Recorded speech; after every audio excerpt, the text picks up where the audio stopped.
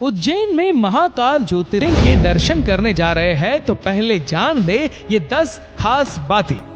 यदि आप मध्य प्रदेश की तीर्थ नगरी उज्जैन में पुण्य सलीला शिप्रा तट के निकट स्थित 6ठी शताब्दी ईसा पूर्व में निर्मित 12 ज्योतिर्लिंगों में से एक बाबा महाकालेश्वर के दर्शन करने जा रहे हैं तो कुछ जरूरी 10 बात अवश्य जान ले। जूना महाकाल, महाकाल के दर्शन करने के बाद जूना महाकाल के दर्शन जरूर करना चाहिए। यही महाकाल प्रांगण में ही स्थित है। 3 महाकाल विराजमान है उज्जैन में।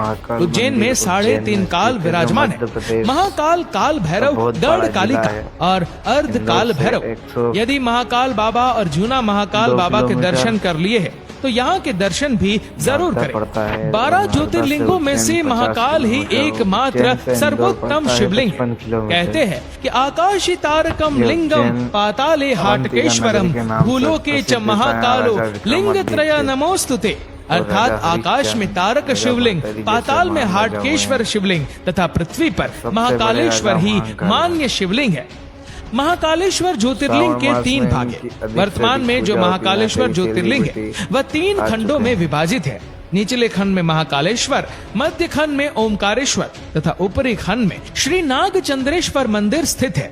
नागचंद्रेश्वर शिवलिंग के दर्शन वर्ष में एक बार नाग पंचमी के दिन ही करने दिए जाते हैं। गर्भगृह का दृश्य। गर्भगृह में विराजित भगवान महाकालेश्वर का विशाल दक्षिण मुखी शिवलिंग है। इसी के साथ ही गर्भगृह में माता पार्वती, भगवान गणेश व कार्तिकेय की मोहक प्रतिमाएं हैं। गर्भगृह में नंदी दीप स्थापित है जो सदैव प्रज्वलित होता रहता है। गर्भगृह के सामने विशाल कक्ष में नंदी की प्रतिमा विराजित है। उज्जैन के राजा। उज्जैन का एक ही राजा है और वह है महाकाल बाबा। विक्रमादित्य के शासन के बाद से यहाँ कोई भी राजा रात में नहीं रुक सकता। जिसने भी यह दुस्साहस किया है वह संकटों से घिरकर मारा गया। यदि आप मंत्री या राजा है तो यहाँ रात ना रुके। वर्तमान में भी कोई भी राजा, मुख्यमंत्री और प्रधानमंत्री आदि यहाँ रात नहीं रुक सकता। महाकाल की सवारी। उज्जैन के राजा महाकाल बाबा श्रावण मास में प्रति सोमवार नगर भ्रमण करते हैं और अपने प्रजा को देखते हैं। महाकाल की सवारी में किसी भी प्रकार का नशा करके शामिल नहीं होते। महाशिवरात्रि के दिन समूचा शहर शिवमय हो जाता है।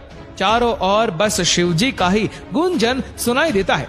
सारा शहर बाराती बन शिव विवाह में शामिल होता है।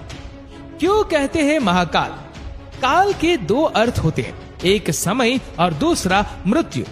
महाकाल को महाकाल इसलिए कहा जाता है कि प्राचीन समय में यहीं से संपूर्ण विश्व का मानक समय निर्धारित होता था।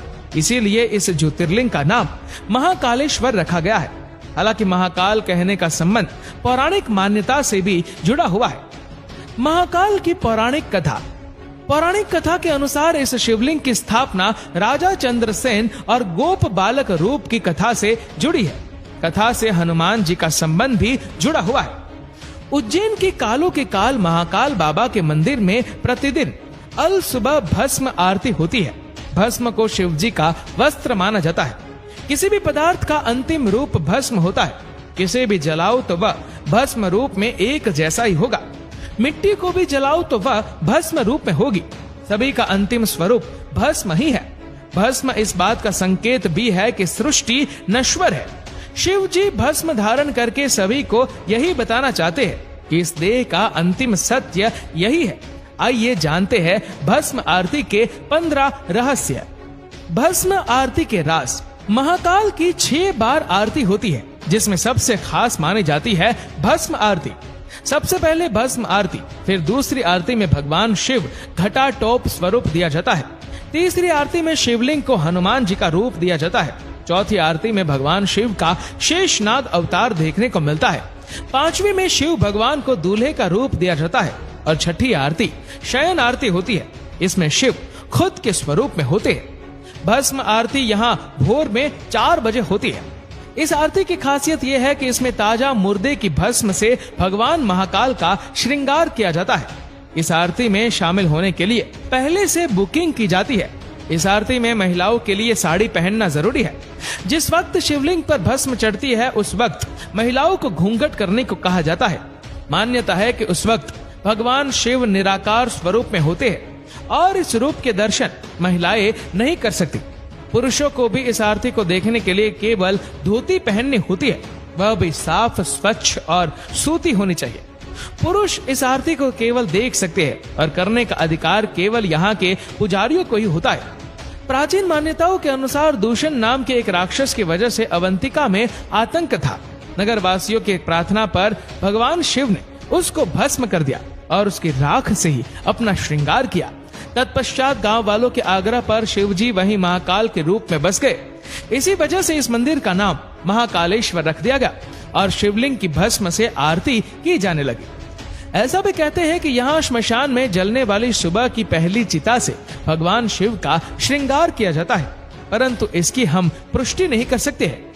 ये भी कहा जाता है कि इस भस्म के लिए पहले से लोग मंदिर में रजिस्ट्रेशन कराते हैं और मृत्यु के बाद उनकी भस्म से भगवान शिव का श्रृंगार किया जाता है। हालांकि ये भी कहा जाता है कि श्रोत, स्मार्त और लौकिक ऐसे 3 प्रकार की भस्म कही जाती है। श्रुति की विधि से यज्ञ किया हो वह भस्म श्रोत है, स्मृति की विधि से यज्ञ किया हो वह स्मार्त भस्म है, तथा कंडे को जलाकर भस्म तैयार की हो तो वह लौकिक भस्म कही जाती है। विरजा हवन की भस्म सर्वोत्कृष्ट मानी जाती है। हवन कुंड में पीपल, पाखड़, रसाला, बेलपत्र, केला व गऊ के गोबर को जलाकर भस्म करते हैं। इस भस्म की हुई सामग्री की राख को कपड़े से छानकर कच्चे दूध में इसका लड्डू बनाया जाता है। इसे 7 बार अग्नि में तपाया और फिर कच्चे दूध से बुझाया जाता है। इस तरह से तैयार भस्मी को समय समय पर लगाया जाता है।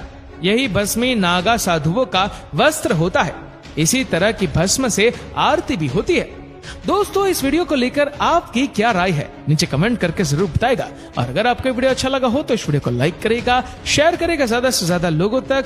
और ऐसे ही और भी स्पिरिचुअल वीडियोस को हमारे यूट्यूब चैनल पर देखने के लिए नीचे कमेंट सेक्शन में हमारे यूट्यूब चैनल की लिंक दी गई है, जिसके ऊपर क्लिक करके हमारे चैनल को आप सब्सक्राइब करें और बेल आइकन दबाएं, ताकि हमारे हर लेटेस्ट वीडियो की अपडेट आपको मिलेगी सबसे पहले। धन्यवाद।